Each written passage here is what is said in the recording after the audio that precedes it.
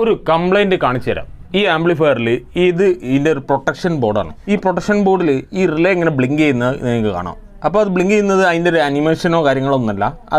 ആ protection board complaint ആയതാണ്. അതായത് സാധാരണ ഇങ്ങനെയുള്ള പ്രൊട്ടക്ഷൻ ബോർഡാണല്ലോ നമ്മൾ വാങ്ങി കൊടുക്കുക. ഇതിൽ കൂടിയ ടൈപ്പ് പവർ കൂടിയ റിലേസ് ഉള്ളതും പവർ കൂടിയ നല്ല സബ്വൂഫേഴ്സ് കൈകാര്യം ചെയ്യാൻ പറ്റിയതും ഒക്കെ നമ്മൾ കൊടുക്കാറുണ്ട്. പക്ഷേ ഈ പ്രൊട്ടക്ഷൻ ബോർഡ് കംപ്ലൈൻ്റ് ആയിട്ട് ഇതിൻ്റെ ഔട്ട്പുട്ടൊന്നും കിട്ടുന്നില്ല.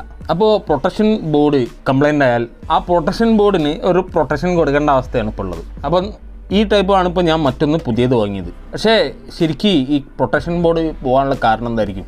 അപ്പോൾ ഇത് മാറ്റിയിടുന്നതിന് മുമ്പ് നമ്മൾ ആദ്യം അത് എന്തുകൊണ്ടാണ് കംപ്ലൈൻ്റ് ആയത്, കംപ്ലൈൻറ്റ് തന്നെ ആണോ, അതെങ്ങനെ കൺഫേം ആക്കുക എന്നുള്ളത് വെച്ചാൽ, അതായത് ആദ്യം നമ്മളതിൻ്റെ സ്പീക്കർ കണക്ഷനൊക്കെ ഈ ബോഡിയിൽ നിന്ന് ഒഴിവാക്കുക.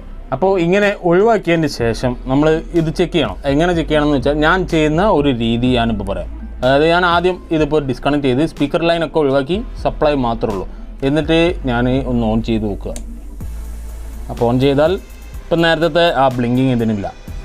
റിലേ കറക്റ്റായിട്ട് ഓണായി, നേരത്തെ ഓണായി ഓഫായി അങ്ങനെ കളിക്കുന്നുണ്ടായിരുന്നു. അങ്ങനെ ഒരു സൗണ്ട് നിങ്ങൾ നേരത്തെ കേട്ടിട്ടുണ്ടാവും. ഇനി ചെക്ക് ചെയ്യാനുള്ളത് ഇത് സ്പീക്കർ ഔട്ട് ഏതെങ്കിലും വർക്ക് ചെയ്യാത്തതുണ്ടോ നോക്കുക, ഏതെങ്കിലും ഷോർട്ട് ഉണ്ടോ. അതായത് ആംപ്ലിഫയർ ബോർഡുകളിൽ ഏതെങ്കിലും കംപ്ലയിൻ്റ് ഉണ്ടെങ്കിൽ അത് പ്രൊട്ടക്ഷൻ ഓൺ ആണോ. പ്രൊട്ടക്ഷൻ ഓൺ എന്ന് പറഞ്ഞാൽ സ്പീക്കറിലേക്ക് കണക്ഷൻ ചെല്ലില്ല. അതിന് ഞാനിവിടെ ഒരു സബ്വൂഫറിൻ്റെ കണക്ഷൻ എടുത്തിട്ട് നമ്മളിതിൽ ഓരോന്നിൽ കൊടുത്ത് നോക്കുക. നമ്മളിവിടെ ഒരു ഇൻപുട്ടിൽ ഒരു സിഗ്നൽ കൊടുത്തിട്ട് ഇവിടെ സിഗ്നൽ ചെക്ക് ചെയ്യുക. ഓരോന്നായിട്ട് ഔട്ട്പുട്ട് ചാനലുകൾ ചെക്ക് ചെയ്യുക. അപ്പോൾ ഒരു ചാനൽ ഓക്കെയാണ്, അടുത്തത് അതും ഓക്കെയാണ്,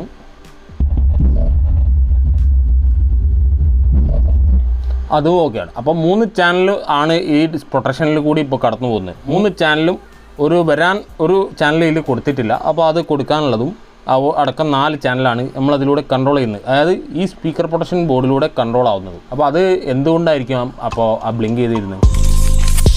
അപ്പോൾ അത് ചെക്ക് ചെയ്യാൻ വേണ്ടിയിട്ട് ഒരു മീറ്റർ ഞാൻ അവിടെ കണക്ട് ചെയ്ത് വെച്ചിട്ടുണ്ട്. അപ്പോൾ ഇതിൽ നമുക്ക് സപ്ലൈ റെഡിയാണോ, റിലേയിലേക്കൊക്കെ പവർ വരുന്നുണ്ടോ, റിലേൻ്റെ സ്വിച്ചിങ് വർക്കിംഗ് കറക്റ്റാണോ, ഇതൊക്കെ ചെക്ക് ചെയ്ത് നോക്കുക. ഇതിൻ്റെ ഒന്നും ആവശ്യമില്ല, ഒരുപാട് ഷോർട്ട് കട്ട്സ് ഉണ്ട്. പക്ഷേ നമ്മൾ ചെക്കിങ് രീതി ശരിക്കും ബേസിക്കായിട്ട് ഈ രീതിയിലാണ് ചെയ്യേണ്ടത്. അപ്പോൾ അത് എങ്ങനെയാണ് ഞാൻ ചെയ്യുന്നതെന്ന് വെച്ചാൽ, ഇതിൽ നമ്മൾക്ക് 12 വോൾട്ട് ഇതാണ് റിലേയുടെ കോയിലുകൾ. ഒരു റിലേത് ഒന്നിത്. അപ്പോൾ ഇത് കോയിലുകളാണ്. ഈ കാണുന്ന 6 പിൻ സ്വിച്ചുകളാണ്. അപ്പോൾ ഈ റിലേയിലേക്ക് നമുക്ക് അവിടെ മീറ്ററിൽ നോക്കിയാൽ നമുക്കിവിടെ 12 വോൾട്ട് കാണിക്കണം. അപ്പോൾ 12 വോൾട്ട് റിലേക്ക് വരുന്നുണ്ട്, 12 വോൾട്ട് റിലേക്ക് വരുന്നുണ്ട്, ഇതിലേക്കും വരുന്നുണ്ട്. ഇവിടെ നമ്മൾ ചെക്ക് ചെയ്യുന്നതിന് മുമ്പ് ഇത് കണ്ടിന്യൂറ്റി മോഡിലേക്ക് ഇടുക. അപ്പോൾ ചെക്ക് ചെയ്യുന്നതിന് മുമ്പ് ഈ സർക്യൂട്ട് മനസ്സിലാക്കുകയാണെങ്കിൽ നിങ്ങൾക്ക് ഇവിടെ റിലേസ് നോക്കുക. അപ്പോൾ ഞാൻ ഈ കോയിൽ പറഞ്ഞല്ലോ. അപ്പോൾ അടുത്തത് ഈ സ്വിച്ചിങ് പോൾസാണ്. അപ്പോൾ ഈ പോൾസ് നോക്കുകയാണെങ്കിൽ നിങ്ങൾക്ക് ഇവിടെ കാണാം, ഇതിൽ ഈ ഒരു സെക്ഷനാണ് ഒരു പോയിൻ്റ് സോൾഡറിങ് പോയിൻറ്റിലേക്ക് വരുന്നത്. അതായത് ഇൻപുട്ടോ ഔട്ട്പുട്ടോ ആയിരിക്കാം. അതായത് ഇവിടെ ഇൻ ആണ് കൊടുത്തിട്ടുള്ളത്. അപ്പോൾ അതുകൊണ്ട് തന്നെ ഇത് ഇൻപുട്ടാണ്.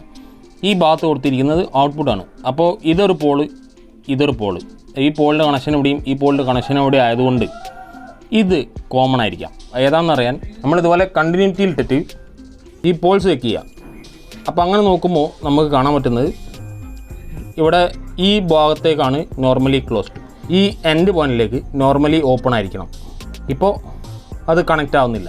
ഈ പോയിൻറ്റിലേക്ക് നോർമലി ക്ലോസ്ഡ് ആണ്, ഈ പോയിൻറ്റിലേക്ക് നോർമലി ഓപ്പൺ ആണ്.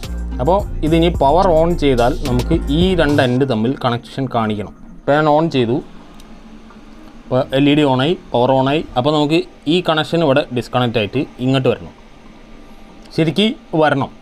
അപ്പോൾ ഇവിടെ നോക്കുകയാണെങ്കിൽ ഇവിടെ ഇല്ല, ഇവിടെ കണക്ഷനുണ്ട്, ഈ പോളിൽ കണക്ഷൻ ഇല്ല. അതായത് അപ്പോൾ ഈ റിലേയിൽ ഈ സെക്ഷൻ കംപ്ലൈൻ്റ് ആണ്. ഈ ഒരു സെക്ഷൻ, ഈ റിലേയിൽ ഈ സെക്ഷൻ കറക്റ്റാണ്. ഇവിടെ ഇല്ല, ഇവിടെ ഉണ്ട്, അതുപോലെ ഇവിടെയുണ്ട്, ഇവിടെയുണ്ട്, ഇവിടെയുണ്ട്. അപ്പോൾ ഇതിൽ ഈ റിലേ പോയത് കൊണ്ടായിരിക്കുമോ അത് ബ്ലിങ്ക് ചെയ്തതെന്നുള്ളത് നമുക്ക് സംശയിക്കേണ്ടതാണ്. അപ്പോൾ നമ്മൾ പുതിയ ബോർഡ് പഴയ ബോർഡായിട്ട് മാറ്റിയിട്ടുണ്ട്. അപ്പോൾ ഇനി ഇതിൽ ഓൺ ചെയ്തിട്ട് നമുക്ക് സ്റ്റാൻഡ് ബൈയിൽ നിൽക്കേണ്ട നോക്കുക. അപ്പോൾ റിലേ ഓണായി, നമ്മൾ LED ഓണായി. ഇനി അടുത്ത് സ്പീക്കർ വയർ കണക്ട് ചെയ്യാം. അപ്പോൾ ഞാനിവിടെ സ്പീക്കർ വയർ കണക്ട് ചെയ്തിട്ടുണ്ട്. എങ്ങനെ കൊടുത്തതെന്ന് വെച്ചാൽ ഒരു റിലേക്ക് ഒരു സ്പീക്കർ എന്ന നിലയിലേക്കാണ് കൊടുത്തിട്ടുള്ളത്. ഇനി നോക്കാം.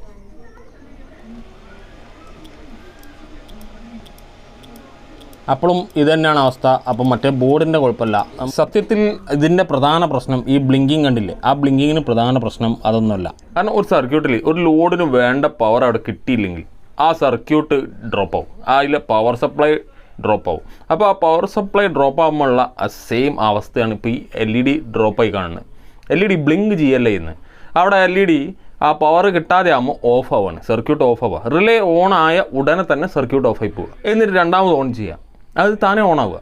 എന്നിട്ട് അപ്പം തന്നെ ഇത് പവർ സപ്ലൈ തികയാതെ ആവുന്നു, വീണ്ടും ഓഫ് ആവുന്നു. ഇതാണ് അവിടെ സംഭവിക്കുന്നത്. അതിപ്പോൾ ഈ ഇവിടെ ഞാൻ അധികം വിശദീകരിച്ചില്ല. ഞാനത് കണ്ടെത്തിയത് ഞാൻ ലോഡ് ബൾബ് ഇട്ടിട്ടാണ്. അപ്പോൾ അത് ഇവിടെ തന്നെ വേറൊരു കാരണം കൊണ്ട് ആ ബൾബ് കംപ്ലൈൻ്റ് ആയി. അപ്പോൾ അതുകൊണ്ട് അത് ഞാൻ വേറൊരു അവസരത്തിൽ അങ്ങനെയുള്ള ആ ലോഡ് ചെക്ക് ചെയ്ത് കാണിച്ചു തരാം. അപ്പോൾ ഇനി ഇത് നോക്കുക, അതായത് ഇതിലേക്ക് കൊടുത്തിട്ടുള്ള 12 വോൾട്ട് DC ഈ ഒരു ചെറിയ ട്രാൻസ്ഫോമറിൽ നിന്നാണ് വരുന്നത്. അപ്പോൾ ഇതിലേക്ക് ഇത്രയും റിലേസ് ഹോൾഡ് ചെയ്യാനുള്ള അത്രയും പവർ ഇല്ല എന്നുള്ളത് എൻ്റെ ഒരു സംശയം. അപ്പോൾ അത് വെച്ചിട്ട് ഞാൻ ഈ മറ്റൊരു സപ്ലൈയിലേക്ക് മറ്റൊരു 12 വോൾട്ട് സെക്ഷൻ ഇതിനകത്തുണ്ട്. അപ്പോൾ അതിലേക്ക് നമ്മൾ ഈ സപ്ലൈ ഒന്ന് മാറ്റി കൊടുത്തു നോക്കുക. അപ്പോൾ അറിയാം നമുക്ക് അതിൻ്റെ ആ ഒരു കൺഫർമേഷൻ, അതായത് ഇന്ന കാരണം കൊണ്ട് തന്നെയാണോ അത് ആ ഫെയിൽ ആവുന്നത്, ആ ബ്ലിങ്ക് ചെയ്യുന്നതെന്ന്. അപ്പോൾ സപ്ലൈ ഞാൻ അതിൽ 12 വോൾട്ടിലേക്ക് കൊടുത്തിട്ടുണ്ട്. ഇനി നമ്മൾ ഓൺ ചെയ്യാം. അപ്പോൾ ഇവിടെ പോസിറ്റീവ് ഇവിടേക്കും കൊടുത്തിട്ടുണ്ട്, നെഗറ്റീവ് പഴയ പോലെ തന്നെ. അപ്പോൾ നമുക്ക് വളരെ കറക്റ്റായിട്ട് അത് ഓണായി നിൽക്കുന്നുണ്ട്. ഇനി നമുക്ക് ഔട്ട്പുട്ട് കൊടുത്താൽ തീർച്ചയായിട്ടും നമുക്ക് റിലേ കൺട്രോൾ ആവും, വളരെ ക്ലിയർ ആയിട്ട് ഇത് വർക്ക് ചെയ്യും. അപ്പോൾ ഇതിൻ്റെ പ്രധാന കാരണമായിട്ട് ഇപ്പോൾ കണ്ടെത്തിയത് അതിൻ്റെ ഫോൾട്ട് എന്ന് പറയുന്നത് ഇതിൻ്റെ പോരായ്മയാണ്, ഇതിലേക്ക് കൊടുത്ത സപ്ലൈയുടെ പോരായ്മ. പിന്നെ നമുക്ക് ഇതിൽ തന്നെ കണ്ടിന്യൂ ചെയ്യാം, അതല്ലെങ്കിൽ എക്സ്ട്രാ ഒരു ട്രാൻസ്ഫോമർ വേറെ വെക്കാം. ഇത് കുറച്ച് സൈസ് പവർ കൂട്ടിയെടുക്കാം. കാരണം ഇതിൽ നിന്നാണ് ഇപ്പോൾ ഫാന് മറ്റേ ഫ്രണ്ടിലേക്കുള്ള LED അതൊക്കെ ഇതിൽ കൂടെ വർക്ക് ചെയ്യുന്നത്. അതിന് പകരം അതിന് കുറച്ചുകൂടെ പവർ കൂട്ടിയെടുത്താൽ ഇത് സ്റ്റേബിൾ ആവുമെന്നാണ് എൻ്റെ ഒരു വിശ്വാസം. ഇപ്പോൾ ഞാനിവിടെ സ്പീക്കർ ഔട്ട്പുട്ട് കണക്ട് ചെയ്തിട്ടുണ്ട്. ഇനി നമ്മളിത് ഓൺ ചെയ്തിട്ടുണ്ടെങ്കിൽ അതിലൂടെ സ്പീക്കറിലൂടെ ഔട്ട്പുട്ട് വരണം. കറക്റ്റ് ആണെങ്കിൽ ക്ലിയർ ആയിട്ട് വർക്ക് ചെയ്യും. ഉണ്ടാവും, വളരെ കറക്റ്റായിട്ട് വർക്ക് ചെയ്യുന്നുണ്ട്. ഒന്ന് ഓഫ് ചെയ്തു, ഇനി ഓൺ ചെയ്താൽ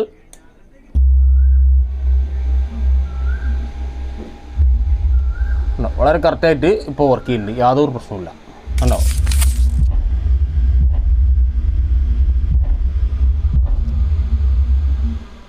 അടുത്ത ചാനൽ നോക്കിയാൽ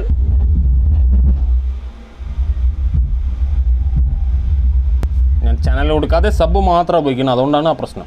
അടുത്ത ചാനൽ, മൂന്നാമത്തെ ചാനൽ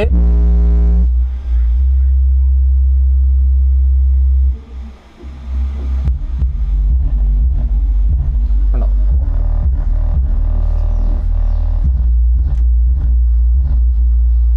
ഒരു പ്രശ്നം തന്നെ ഇപ്പോൾ കാണിക്കുന്നില്ല.